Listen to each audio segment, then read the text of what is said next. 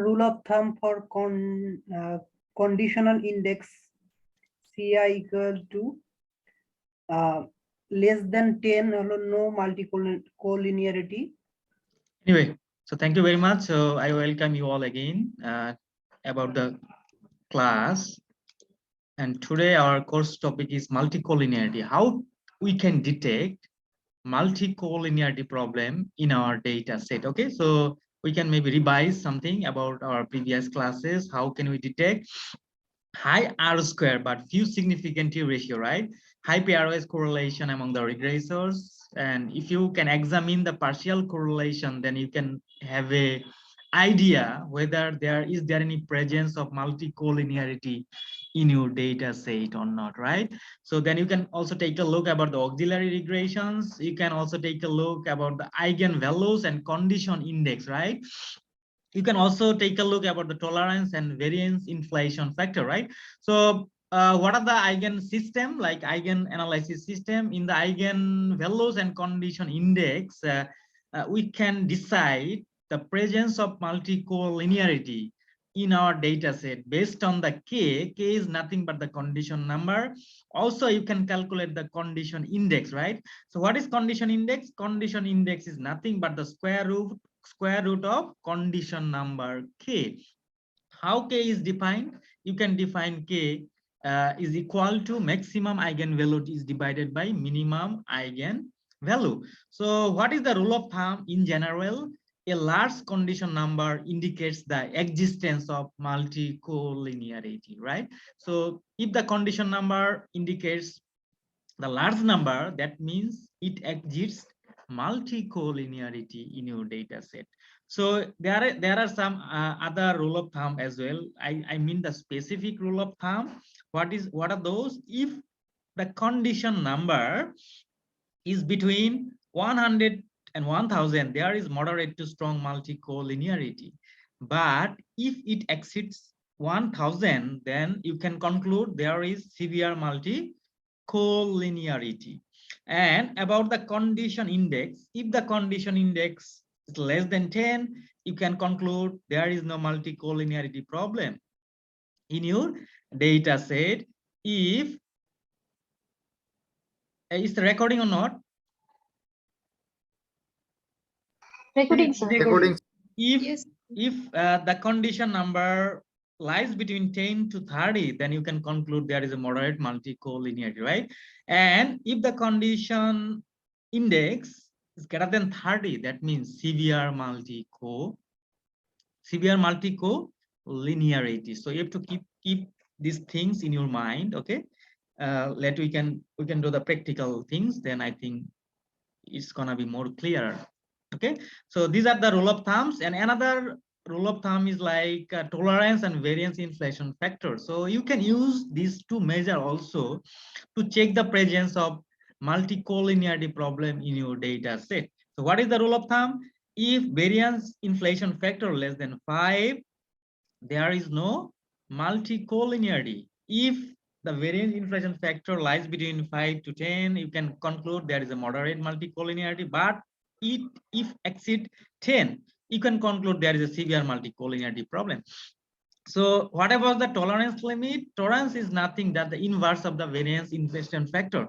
If the tolerance limit greater than 0.2, you can conclude there is no multicollinearity. If tolerance limit less than 0.2, you can conclude moderate multicollinearity, right?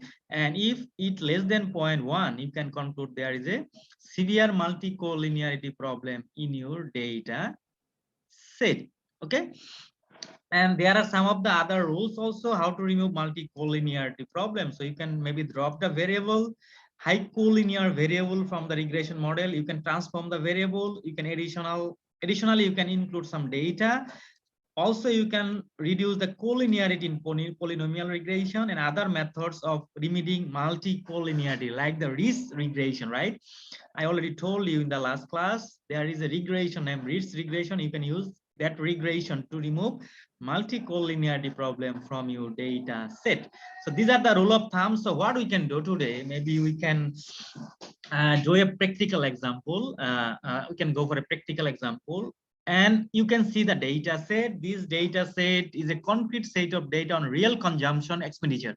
So what is C? C is nothing but the real consumption expenditure, right? And what is YD? YD is nothing but the real disposable personal income. And W is nothing the real wealth. And I is the real interest. Okay, so there are 4 variables starting from consumption expenditure, that means C, real disposable personal income YD, real wealth W, and real interest rate I. And this data was collected during the period from 1947 to 2000, right? And the data are given below. The data is not complete here, but we can analyze the data in R. Then you can see the data from 1947 to 2000. You understand this table? How many variables are here? 5. Total 5, right? But so if I ask you what is the dependent variable here? C. C is nothing but the consumption expenditure, right? And what are the independent variable are here? Income, wealth, and real interest rate. Okay. Now our job is to take a look whether is there any presence of multi-collinearity in your data set or not. So what you can do, we can do some R programming, right? We can do analysis, or we can analyze this problem using R programming language. Okay, now let's go to the R. Can you see? Yes, sir. Okay, so I think you already know about the 4 different windows of R Studio, right? So this is what is the first studio name here? You don't know? Clear. What is the name of this window? There are 4 windows, as you can see, right? There are 4 windows. 1, 2, 3, 4. What are the name of these 4 windows? You don't know? Huh? No, sir. What is the name of this window? Editor, sir. Huh? Editor. Editor, maybe. What is the name of this window? Console. What is the name of this window? Environment. What is the name of this window? It's called Plot panel. plot files and panel. something others. Anyway, okay, so you can just revise what are these 4 windows mean. Okay, so maybe I can give you some idea, or like the review how you can set up the working directory. Do you have any idea about the working directory?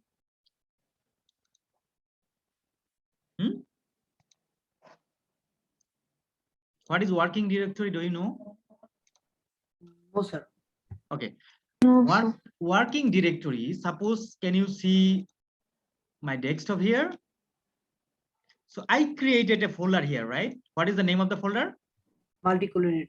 Multi-collinearity. So I want what I am gonna calculate, okay, or what I am gonna instruct are everything will be based on this folder. That means I will work based on this directory, based on this directory. So you can set up your working directory. So every time if you are gonna read the data, R will look at this folder only. You understand what I mean? Yes, sir. Okay, if you don't understand, I think it will be clear now when I will run the code. So the command is set WD. Set WD means setting working directory, right? So this is the command in R. Then you have to start the first bracket and double quotation. You have to write the location of your file. Not file, in fact, the folder. So where is the location? This folder multi-collinearity I just already showed you is in the desktop. So C drive, users, user, and desktop. What is the name of the folder? Multi-collinearity. Multi-collinearity. So once you set up, suppose then run. Okay. Now you can take a look your working directory. Where is your working directory now? So what is the difference between these 2 commands? First command is to set the working directory. That means how you can set up your working directory. and the second command get WD will show you the working directory. Now let's run this code. You see our working directory now at C drive, desktop, and multi-collinearity. You understand? Sir দেখা যাচ্ছে না, আপনি যেখানে লিখছেন সেটা দেখা যাচ্ছে না। Okay, so now you can see. No, here. No sir. Really? Sir আপনি পারলে একটু আর ইয়াটা স্যার একটু ছোট করলে ভালো হতো, মিনিমাইজ করে অল্প একটু। Yes, sir. করছি। Sir, you can increase the font size.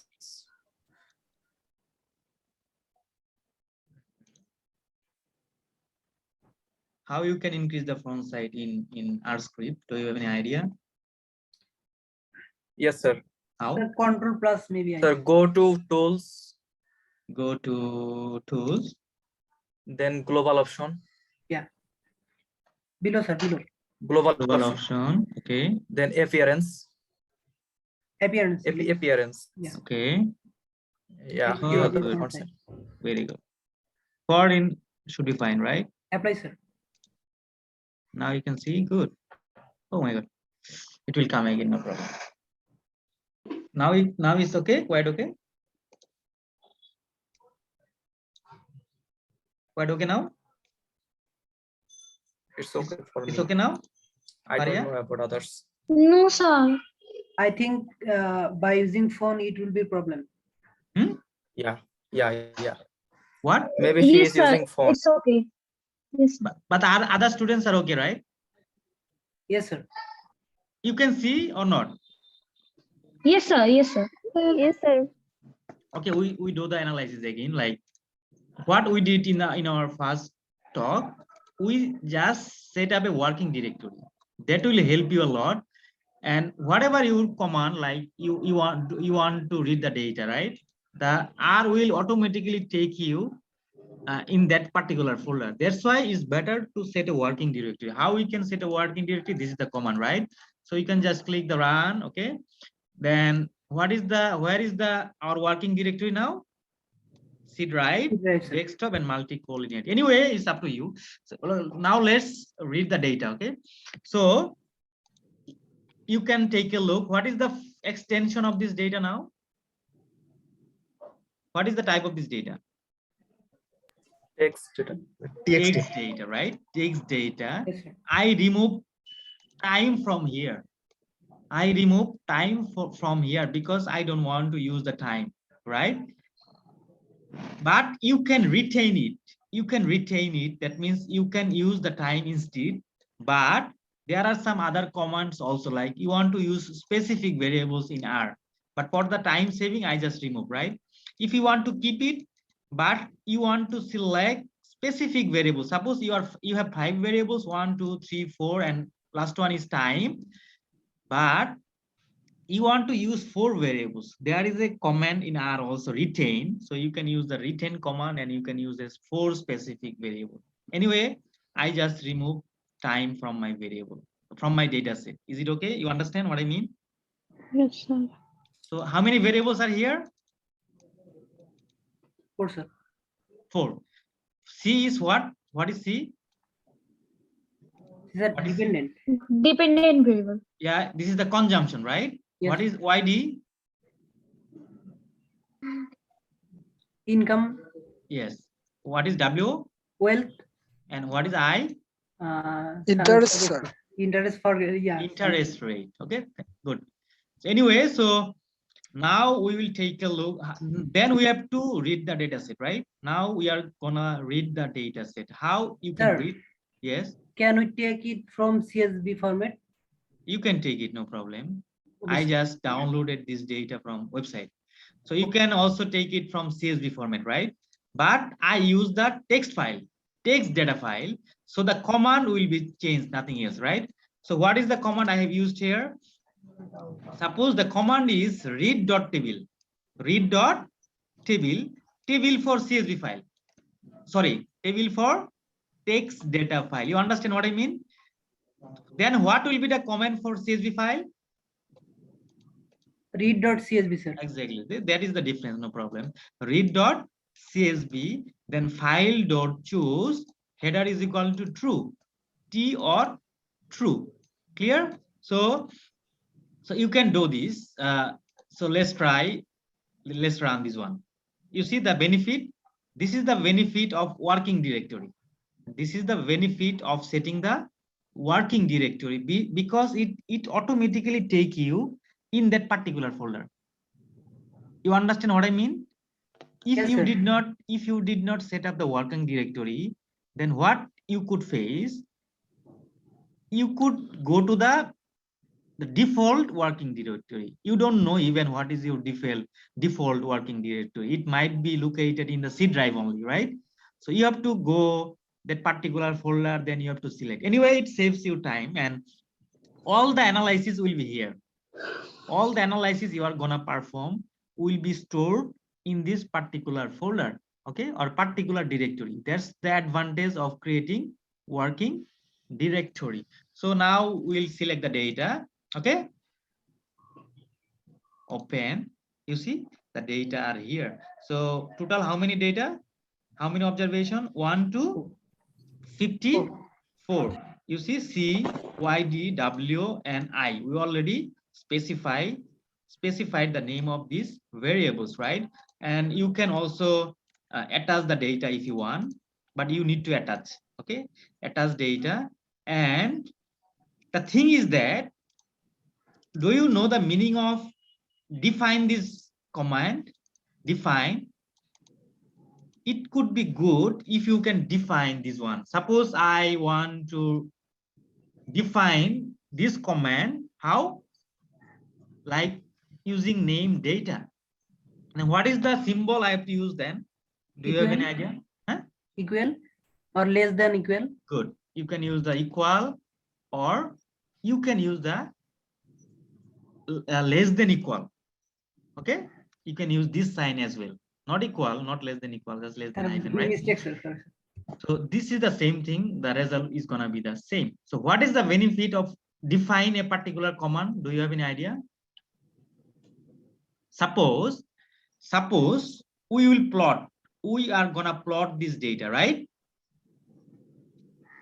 Plot this data. Then if we cannot define the data here, then we have to write the whole command here. You understand? Yes, sir. Now understood. Yes. Suppose there is no definition of data here.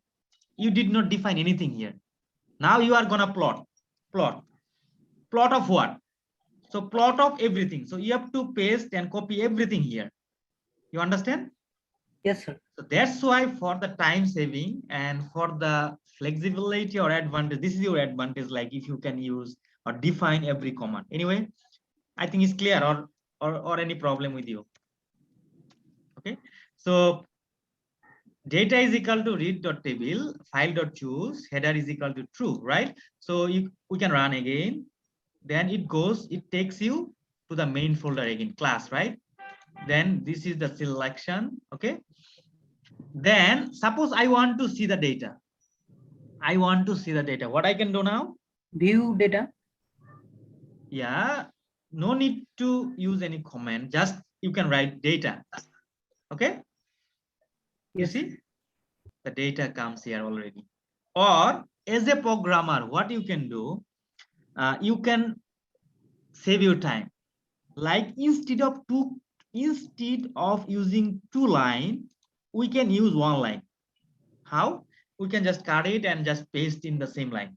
Semicolon data. You understand what I mean? Yes, sir.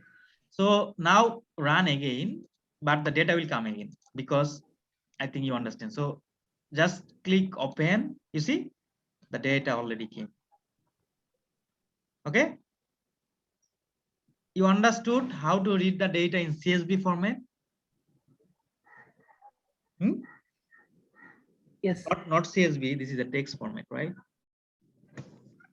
So this is the way you can read your data set in text file format, right? So you can read your data set using the Excel format. Do you know how to read the data set in Excel format? Do you know? If you don't know, just No, tell me. sir. Okay, so if you want to read the data directly from the Excel format, you need to install a package. And the name of the package is read_Excel. Read_Excel. If you want to read it from the CSV data file, the data format, what you have to do, you have to write read.csv. Read.csv, and the remaining command is going to be the same. Even you can read your data from SPSS data file directly. Even you can read from different extension as well. So no problem. So, but for different types of the data, you need to use different commands. You need to use different commands. You understand? Can I proceed? Yes. Okay. So you can attach the data, and if you want to see the name of the variables, that means what are the name of the columns of each data set. How many columns are here? 5 columns. No. 4. How many? 4. 4 columns. Four. So what are the heads or what are the headings are CYDWI. CYDWI. Okay. So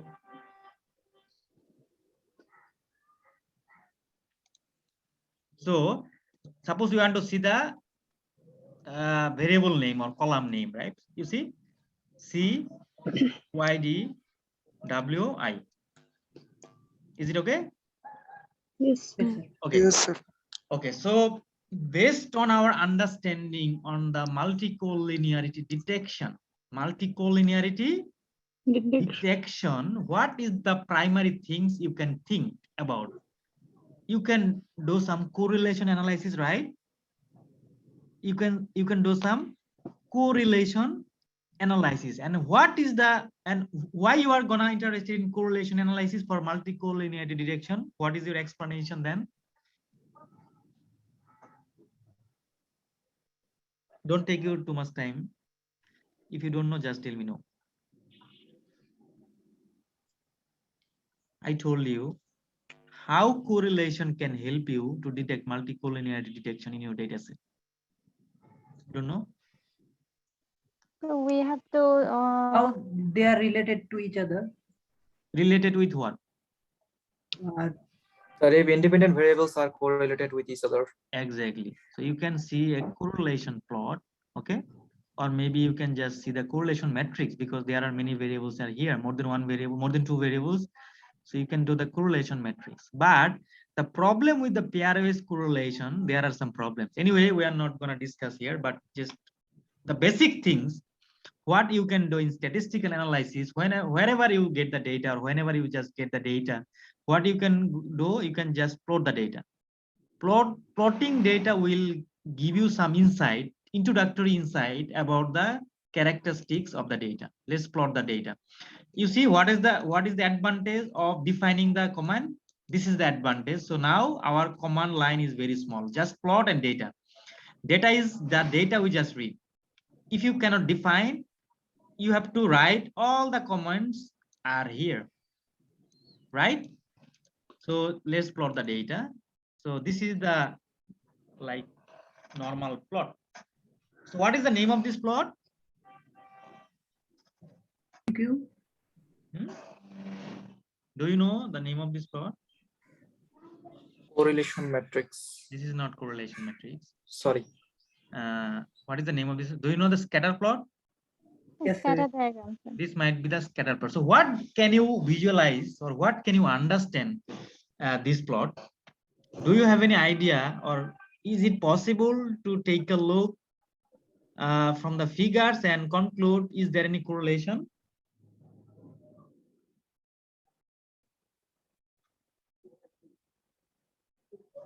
You don't know. Okay, maybe you can think about it later. You can have an idea. You can have an idea like, is there any correlation or not? Is there any correlation here? No? Okay, if there is a confusion, maybe we can calculate the correlation directory. So how can we correlate? How can we calculate the correlation of our data set? How? Using a command COR. What is the command? COR. COR of your data. That means first bracket inside the data will be there. So, and I also define this correlation. I also define this correlation, my correlation, like my COR. You understand this comment? Yes, sir.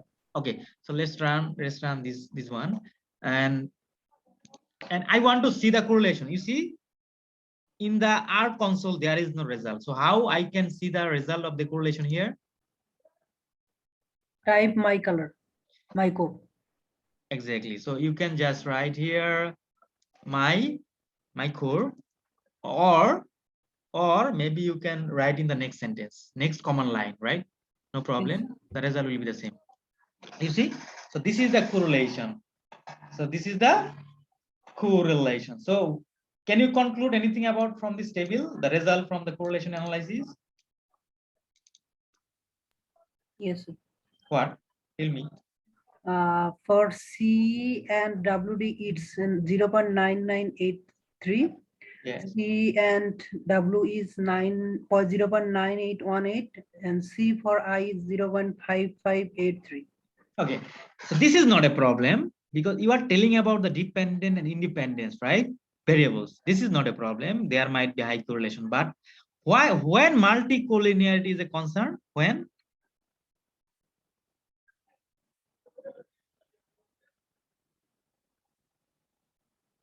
You are telling about the correlation among dependent variables and each other independent variable. That is not a problem. We have a high correlation first two and the last one with low correlation. It's also strong positive. But if you consider multicollinearity problem, what correlation you have to look for? Sir, YD and Sir, W. a strong correlation. Exactly. YD and W. YD. What is the correlation here? 0.9713. 0.97. 9713. Okay, so I think is gonna be a little bit problem about the, like, what should I say, like there's a lot of digits are here. So what we can do, maybe we can round up. We can round our correlation value into 2. Okay, what we can do, you can use a command round and your correlation. Okay, so round, কতটুকু round করব, how much? 2. Okay, so now run this command. Now you clear? Now I think it's quite understandable. Now tell me, what do you suspect? What is your preliminary suspicion about the multicollinearity problem here? Can you suspect that there is a multicollinearity problem in the data set?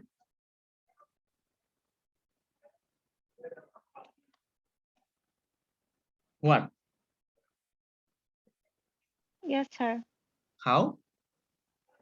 Cause in YD and W there is a correlation that is so high.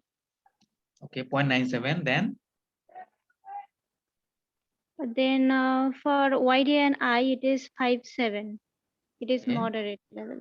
okay. Anyway, so this is a preliminary idea. There might have some multicollinearity problem, right? But I think our data set is not that bad good, is not that bad, in fact, but it's now confusing, right? Because how many variables are here?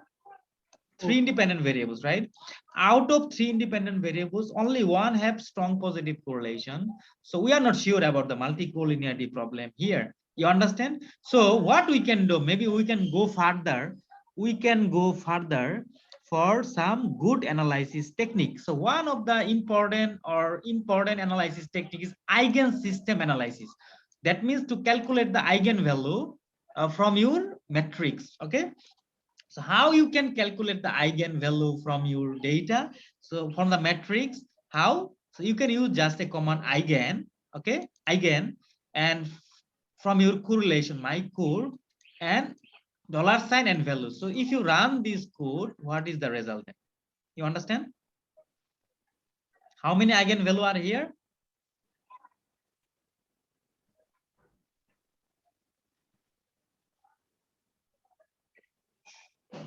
How many? 4.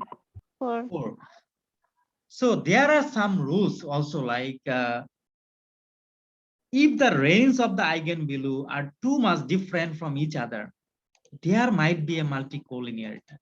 But here, the eigenvalues start with the 3, but the rest of the values are very close to 0, okay, then there might not be like severe multicollinearity problem here, or this is also confusing now.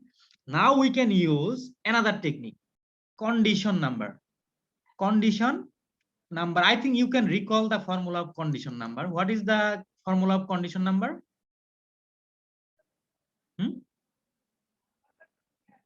How can you calculate? Maximum eigenvalue divided by minimum. Eigenvalue by minimum. Exactly.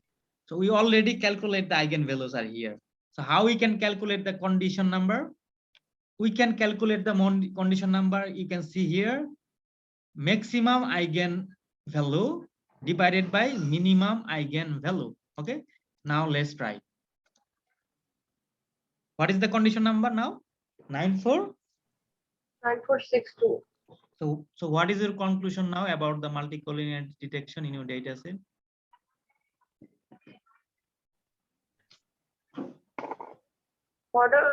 Strong to moderate. Strong to moderate.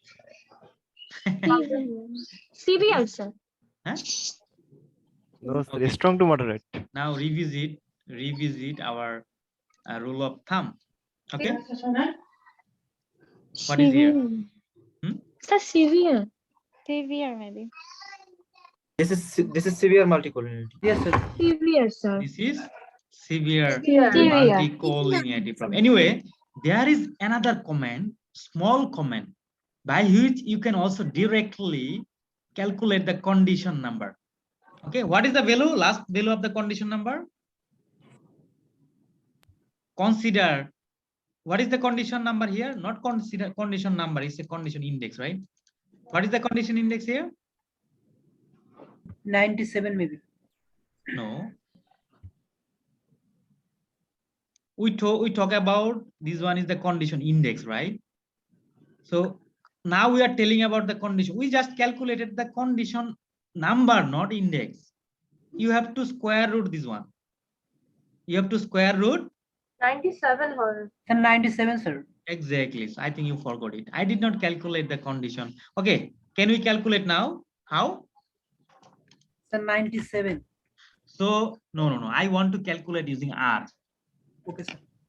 Condition index. What will be the command? Do you have an idea? Sir, SQRT. SQRT. Then we can define here, right? First. Yeah. Otherwise, we have to write the whole commands. K. K is equal to. Now, right? Okay. So K. This is the K, right? 9462. 9462. Now what is the condition index? Square root of Okay. square root of K. Okay, maybe we can just directly see square root. Okay, how much? 97.27. What is the conclusion now? Sir, severe multicollinearity. Severe, sir. Are you sure? Yes, sir. Severe. Okay, greater than 3 because it's greater than 3. So Sir, we had a severe multicollinearity. Okay, so this is the process by which you can calculate condition number or condition index. Okay, so there is another technique. I'm not sure. I can hear my voice twice. What is the Please reason? mute. Please all mute. Yeah, please mute. When you just wanna talk, you can talk, and immediately when you finish, just go for mute. Okay. Anyway, so another way by which you can calculate the condition number directly. What is the command kappa? Okay. Then the same command exact is equal to true. Let's try. What is the last value we got? Condition index. 97. So this kappa will give you also the K, value of K, not condition index. Okay. So let's try. What was the value in previously we calculated? 9462. 9462. Let's try with the kappa. Okay. So maybe we have to write the K. Same. yes, sir. Okay. So you can use these two commands, no problem. Are you clear? Yes, sir. Now we have another measurement. We have another measures how you can detect the multicollinearity problem. This measure is called the variance inflation factor, right? BIF. So what is the rule of thumb of variance inflation factor? So less than 5 equal to no multicollinearity. Less than 5 5 is equal to no multicollinearity. 5 to 10 moderate multicollinearity, and greater than 10 is severe multicollinearity. Exactly. So now try with this one. Okay. So for calculation of variance inflation factor in R, okay, you have to install a package, car package. Okay. I think you already know about how to install the package because I already installed the package. I am not gonna repeat it, okay, because it's gonna take some time. So, but if you want to install car package, you have to first install the car data package. Okay. Anyway, I installed both packages, so I can just run the package car data and finally car. Car is the ultimate package for BIF calculation. Okay. So how we can calculate BIF? Because we did not run the regression model yet, right? Did we run? No, sir. No. No. Okay. Now, so for BIF, you have to run the regression model. How we can run the regression model? Suppose we can define model, mode is just nothing the model, then you can just run the linear regression model, like OLS, ordinary least square linear model. So what things you have to do here? I think I already have the comment. Maybe I can go back. Okay.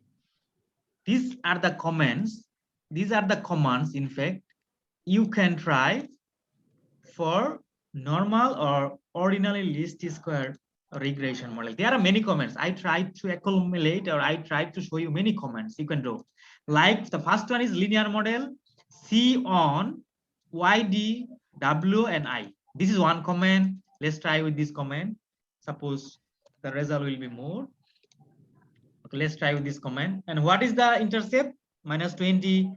YD is the 0.73.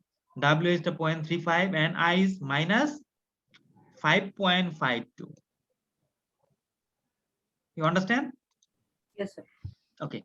So this is the one comment maybe you can use, and the another comment is like linear model C on this dot means rest of the variables. What do you mean? What I mean?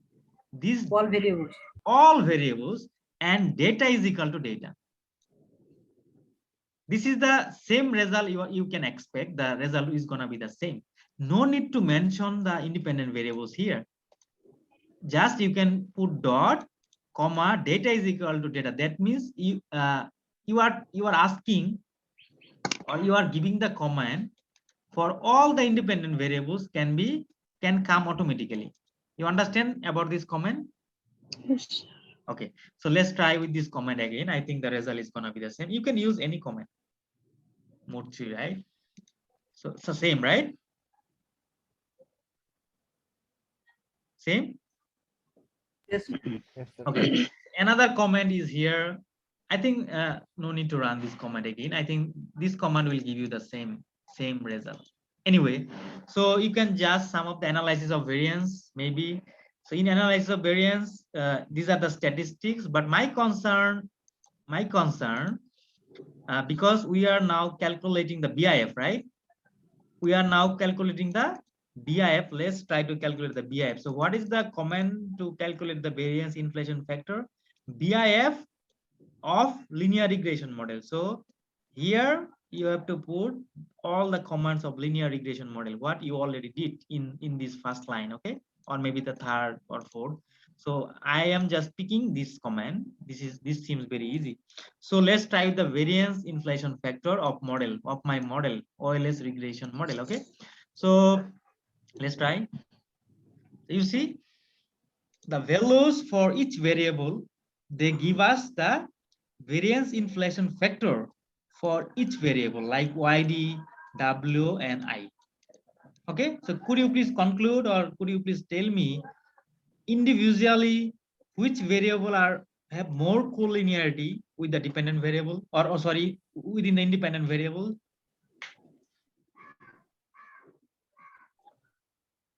You don't understand?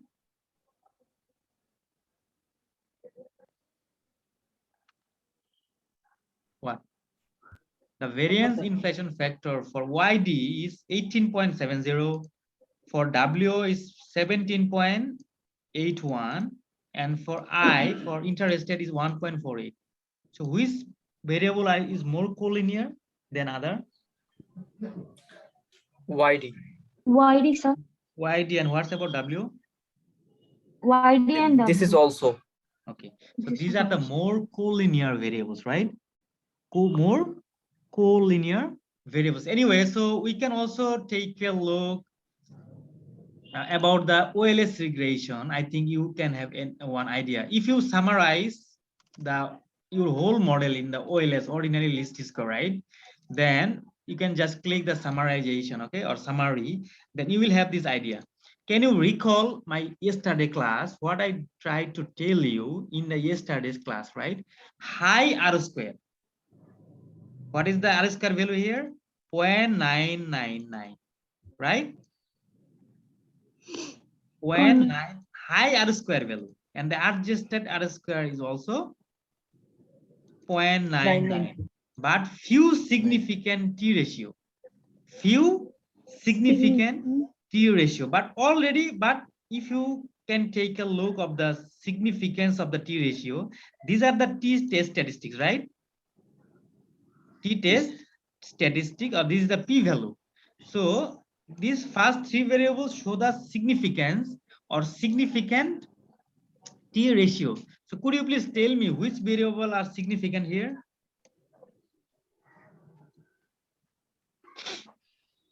You don't YD understand. and W. What about the I? I is not significant. Are you sure?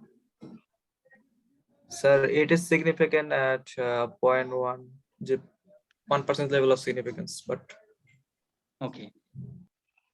The theory is that because I already told you all possible combination, all possible reason when multicollinearity might occur, right? I told you, I did not tell you only one possibility, right? I told you many possibilities why multicollinearity can occur, right? Maybe we can revisit our lectures if I have. You see, high R square, but few significant T ratio. But there are many other things as well, right? You can understand what I am talking about, my logic. I did not tell you about a particular methods of detection. You have to try all possible detection method, right? But I think the most common, these two, high eigenvalues and condition index, and tolerance and variance inflation factor. But we got the high R square, but we did not get few significant T ratios. Here, all the values showed the significant T ratio. That means these three variables have the significant effect on the consumption. That means, what is this variable? Income, wealth, and interest rate. All these variables have a significant effect on the consumption, right? But overall, the R square is high. This condition is satisfied, but insignificant but less significant T ratios, but we got the higher number of significant T ratios. Maybe for our data is a limitation if you can change the data set, but I think the result is gonna be different. Okay. Anyway, this is not the only way to detect multicollinearity. There are many other methods also. So this is the primary assumption, or this is the primary suspicion. But the decision maybe you can conclude with the variance inflation factor and tolerance limit. You understand what I mean? Yes, sir. Yes, sir. And what is the overall model validity? Can you tell me what is the overall model validity? Is this model good or bad? Like, is the model fit good or not? How can you decide? You can decide using the F-test statistic. F-test statistic, and this is significant or not? Could you please tell me?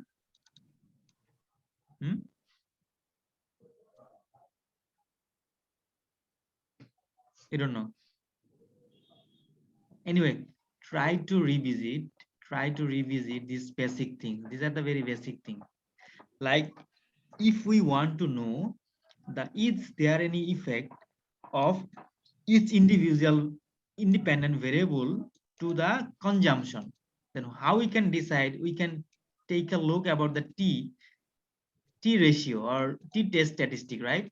Here these are the t-test statistic, but we can also decide based on the p-value, right?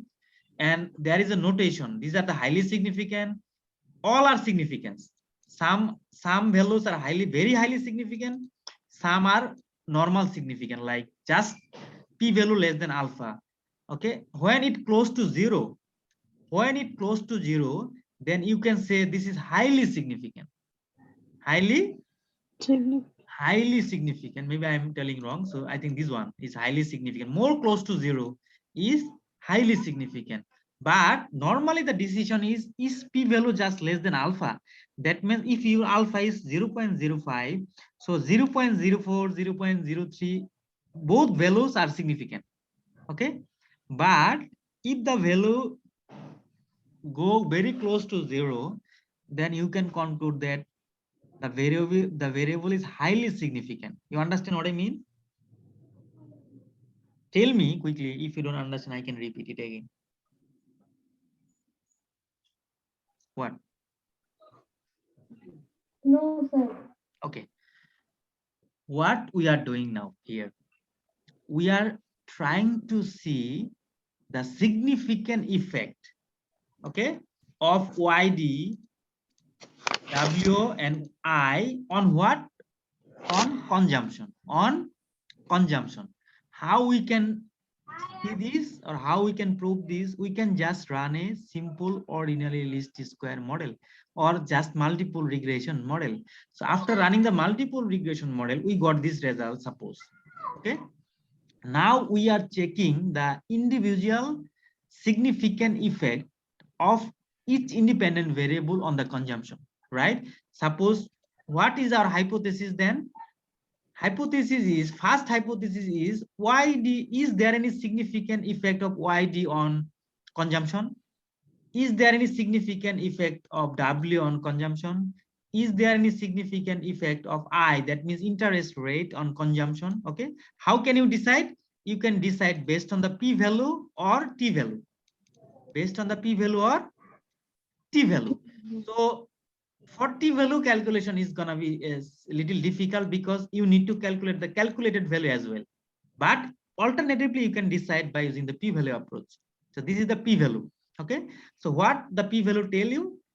Most of the variables are significant. Like most of the variables have significant effect on the consumption. But our assumption was that if your data have high R square but low significant T ratio, then we can suspect there is a multicollinearity problem.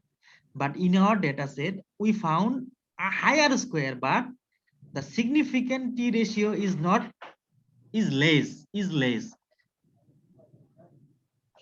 Okay. So the significant T ratio is less. So this is the violation, in fact, but you cannot decide that there is no multicollinearity here, because we have some other methods also. We have the variance inflation factor, we have the tolerance limit, right? So we can check the variance inflation factor and tolerance limit as well. But this is a primary suspicion. You can use this approach as the primary suspicion, whether your data suffers from multicollinearity problem or not. Maybe we have some problem in our data set. Okay, in other data set, I'm gonna give you, maybe in that data set you will have a good interpretation or good result. Okay, I think you should not be confused here. You understand or not? Yes, sir. If you don't understand, I can proceed. If you understand, I can proceed further. I think you understand. It's not that difficult if you have a basic knowledge. Okay, anyway, so we already calculate the variance inflation factor. How much it was like for separate 3 variables, right?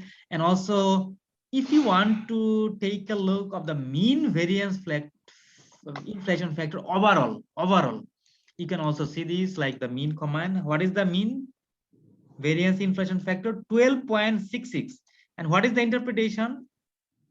Suppose overall you got 12.66. What is the interpretation? Average. Huh? What? On an average, there is a There is a severe multicollinearity in your data set because it exceeds 10. It exceeds 10. I just calculate the average. Like I just want to give you a glimpse of the idea of the overall condition of the model. The overall condition is that there is a severe multicollinearity in our data set. Okay. Anyway, so this is about the variance inflation factor. Maybe we can now calculate the tolerance limit. How we can calculate the tolerance limit is very easy. Just what you have to do, you have 1 by BIF. So maybe we did not define variance inflation. Yeah, we did not define. So what? Because there is a difference. You see, the command is lowercase, but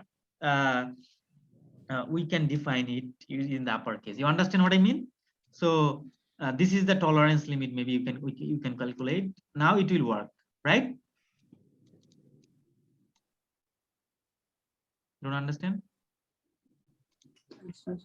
Like before, we did not define it. Okay.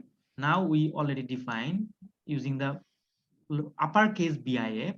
So now we can calculate the tolerance limit is equal to 1 divided by BIF. Okay. Let's try. You see? Maybe you did not, sir, mention BIF. Okay. We did not run the upper. We did not run. That's the problem. You understand? Okay. Copy. Just paste it here. Okay. So now run. First you have to run. Otherwise it will not work. Now we can try. I'm not sure. Oh, okay. Good. A tolerance, right? What is the tolerance? Now take a look about the tolerance. How much?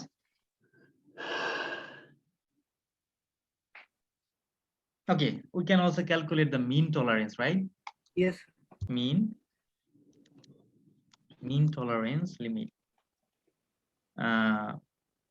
Tolerance, right? How much? 0.2. 0.2. 2. 0.26. So what is your interpretation? So no Severe. multicollinearity. moderate multicollinearity. Strong to moderate. Sir, moderate multicollinearity. Moderate. Multicollinearity. Moderate to strong. Okay, moderate to strong. You see, that is the reason. Like BIF is also telling us severe, but tolerance does not tell us severe, but it has a strong multicollinearity problem. What this problem occurs? We have some problem in our data set. Maybe I can give you a good data set. You can try with that data set. You understand? So you shouldn't be confused, okay? But the idea is definitely there is a multicollinearity problem in our data set, right? Yes, sir. There is a multicollinearity problem, whether this is severe or strong, but there is a multicollinearity problem. That is the result from this analysis. You understand? Also, you can calculate the BIF. You can calculate the BIF. How? 1 divided by 1 minus R square. What is 1 minus R square? What is R square? 1998, sir. No, how I told you what is R square. Coefficient of Population determination. coefficient. How can you calculate R square?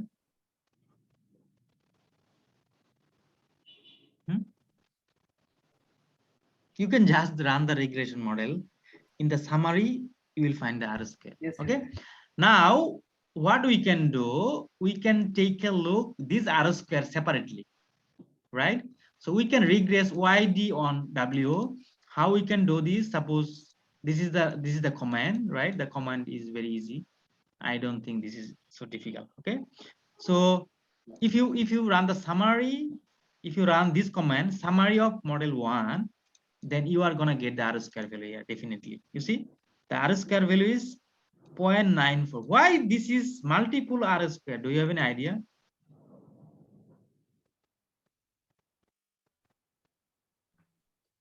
Multiple. Between two variables. Because this is a multiple regression model. Because this is a multiple regression model. Is it okay or not? Sir, but we did it one variable, sir. Exactly. So that is the confusion. You can take a look, okay? Or we did any. This is the okay. This is the formula is okay. Okay, you can just take a look. Anyway, consider this is the R square 0.94, right? 0.994, right? So, but also significant T ratio. Okay, so it's very difficult to conclude from here.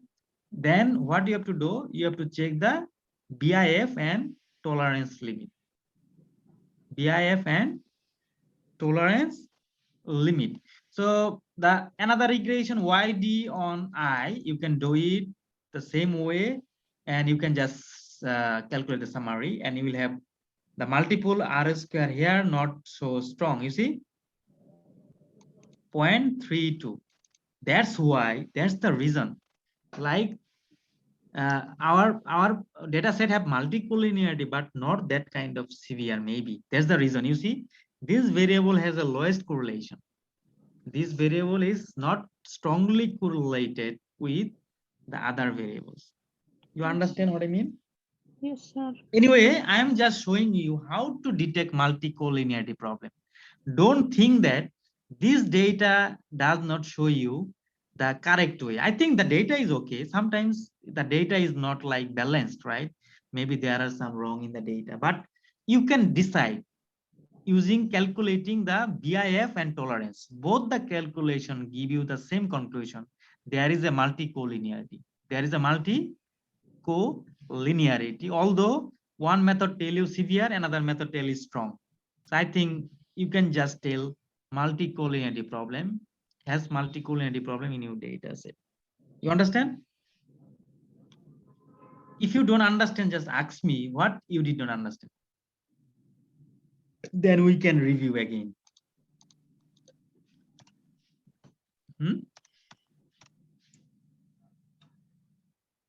Tell me.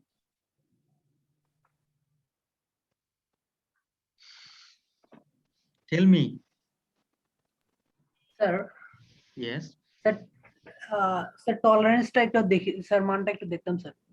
Tolerance, right? Tolerance is just first take is the formula, okay? Yes, sir. Okay, so we can just Sir, all over, sir. huh? পুরোটার জন্য sir. mean. Okay. Sir পুরো মডেলটা থেকে আমরা যেরকম বের করলাম সেটা mean এর উপরে। Hey, now the mean is 0.26. You see? Yes, sir. 0.26. Maybe Sir, because there is no multicollinearity, maybe, sir, because it's upper 0.26. Greater than 2, sir. Greater than 2. So greater than 2. What do you mean greater than 2? No multicollinearity, sir. Oh, really? Okay. Yes, sir. I have Yeah. That is the problem. So maybe another problem before the result was same.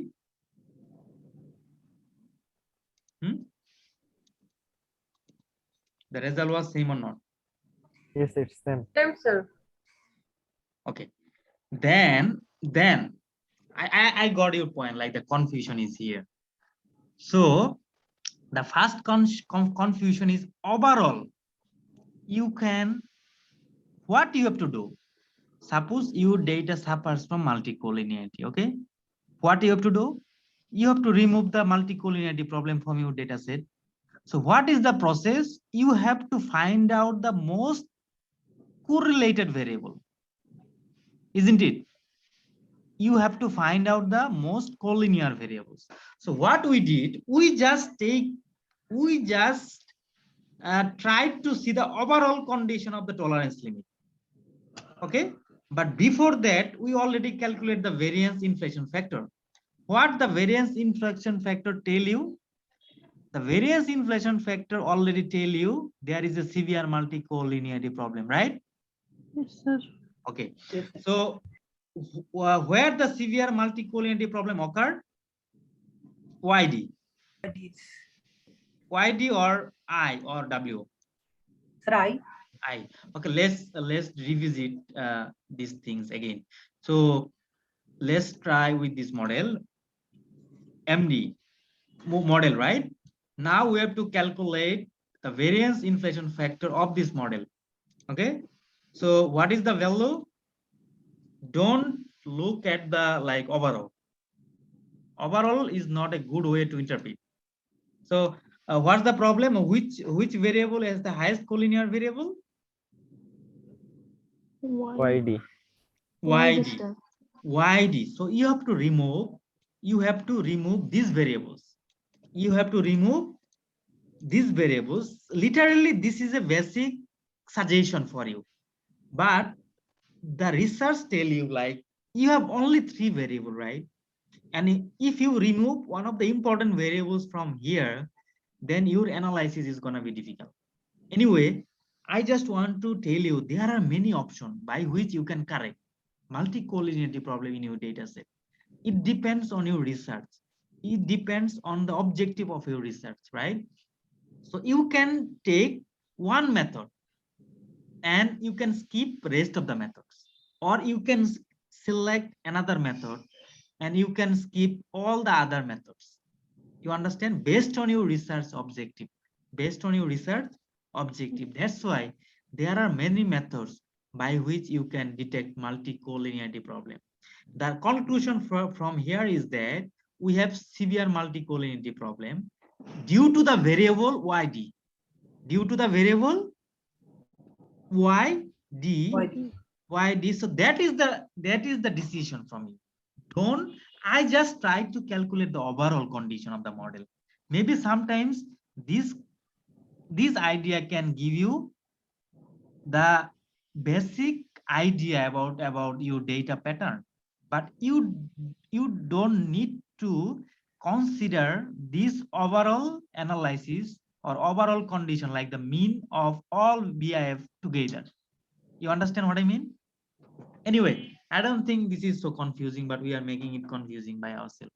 Okay, so now another problem is like tolerance limit. Okay, now try to calculate the tolerance limit again. So now try to calculate. Now you can see Tolerance. what about the YD?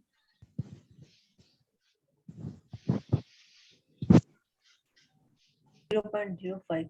Yes, and W 0.056. and I. 0.67. Now tell me the conclusion or tell me the interpretation. YD has severe multicollinearity. Now is there any confusion here? No, sir. No. Now are you Less than okay? 0. Yes. Now are you okay? Yes. Sir. Yes, The problem with our, you see, mean is extremely affected by outlier. Mean is a measure of central tendency, which is extremely affected by outlier. You understand? What is the outlier here? What is outlier for the BIF is 1.4, right? That's why. yes, sir. That's why we had a confusion. So I just tried to tell you the overall condition of your model. I did not tell you this is the best or this is the final decision by which you can take your decision, right, about the multicollinearity problem. It's better you can check the individual. You understand? And another circumstances is maybe in other data set, everything will work fine. But I am not sure about this data set. This data set might not be good for the multicollinearity detection problem, right? Anyway, but we already reached the conclusion there is a multicollinearity, severe multicollinearity problem, right? And I think this is the last conclusion. I think there is no confusion from now. Okay. Are you okay or not? Yes, Okay, sir. sir. Okay. Okay. So another method, there are another methods, risk regression, right? I already told you. So how you can do it? First, we can try with the regression with OLS. We already did it, right? We can run it again, maybe the model. Okay, more. Let's just remove all the things are here.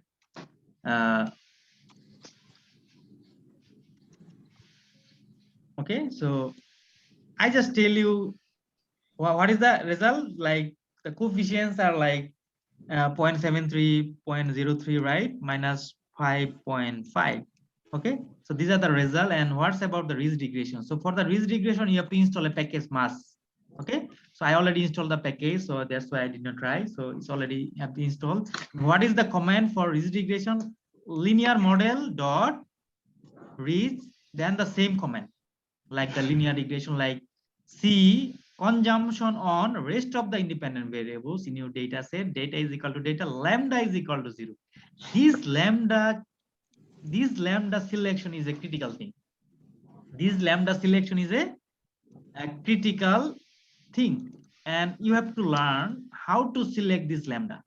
How to select this lambda. So how we can select lambda? So before that, maybe we can scale our data. So why we are scaling our data is good for, it's called a standardization. Suppose our data is not standardized enough, so you can scaling up the data. Okay, well, how we can scale up the data? So we can define it and we can scale like this. Data dot frame scale of your data and plot. Let's try to plot this data now. Okay, I think there is a little bit of difference, little bit, not that much, with the previous figure and this figure. After scaling up or standardizing your data. Anyway, so now you can perform the risk regression. So how we can do it? The selection, the lambda is a critical job here. So for the selection of lambda, we can follow a sequence. We can use a sequence like this is the sequence 0, 10, 0.01. So what is the sequence here? So if you run this sequence, what types of sequence you are gonna get? Okay, so these are the sequences. So if you have any problem, you can maybe learn more about this one, how to select lambda in the risk regression. Okay, anyway, so let's try. So let's run the risk regression. So this is the command lm linear model dot risk and consumption on rest of the variables. Data is equal to data 1. Okay, so because we change the command, we change the we define differently comparing the previous definition. So data is equal to data 1. And what is the lambda? Lambda is the sequence here we already defined before. Now run this risk regression. Okay, you find the coefficient are here.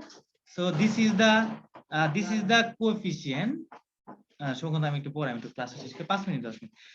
this is the coefficient. So what is the difference between the normal regression model and risk regression models are here? Is there any difference? Sir, error calculation. Okay, you can maybe study a little bit what is about risk regression. Okay, the important thing is how to select the lambda here. That is also important. As I talked to you in the last class, this is an alternative method, right, of multicollinearity detection. Okay, so the another thing is that you can select the risk regression. So what are the smallest value? You see, modified estimator, LW, HKB, and smallest value of GCV. Then I can tell you how you can select the lambda. You can select the lambda 0 because this is the lowest value here. Anyway, this is one suggestions from me, but you can study further what is gonna be the lambda value. Okay, This is just the preliminary idea I can give you. Okay. Anyway, so with the ridge regression, I think you can also maybe take the summary or R square, or you can just take a look at the coefficient. Then you can decide, is there any multi-collinearity problem or not. But I think sometimes ridge regression is not give you the exact detection of multi-collinearity. In overall, popular method is BIF and tolerance limit. Okay. In addition, what you can do, maybe you can do some polynomial regression, auxiliary regression. Those methods are not also very important. But you can, when you primary suspicion is like, if you can see the higher square but few significant t ratio, this is the primary suspicion, but it does not give you the guarantee that there is a multi-collinearity problem in your data set, because we already proved that our data set does not confirm you that higher square, we already got higher square, but we already got the higher significant t ratio as well, right? So there is a confusing situation. So to remove the confusion, what we can do, we can go further to check the two other measures like the variance inflation factor and tolerance limit. I think this is the way you can detect multi-collinearity problems. Okay, so I think this is the end of today's class, in fact. So if you have any, ask me. Okay, feel free to ask me. Okay, do you have any question?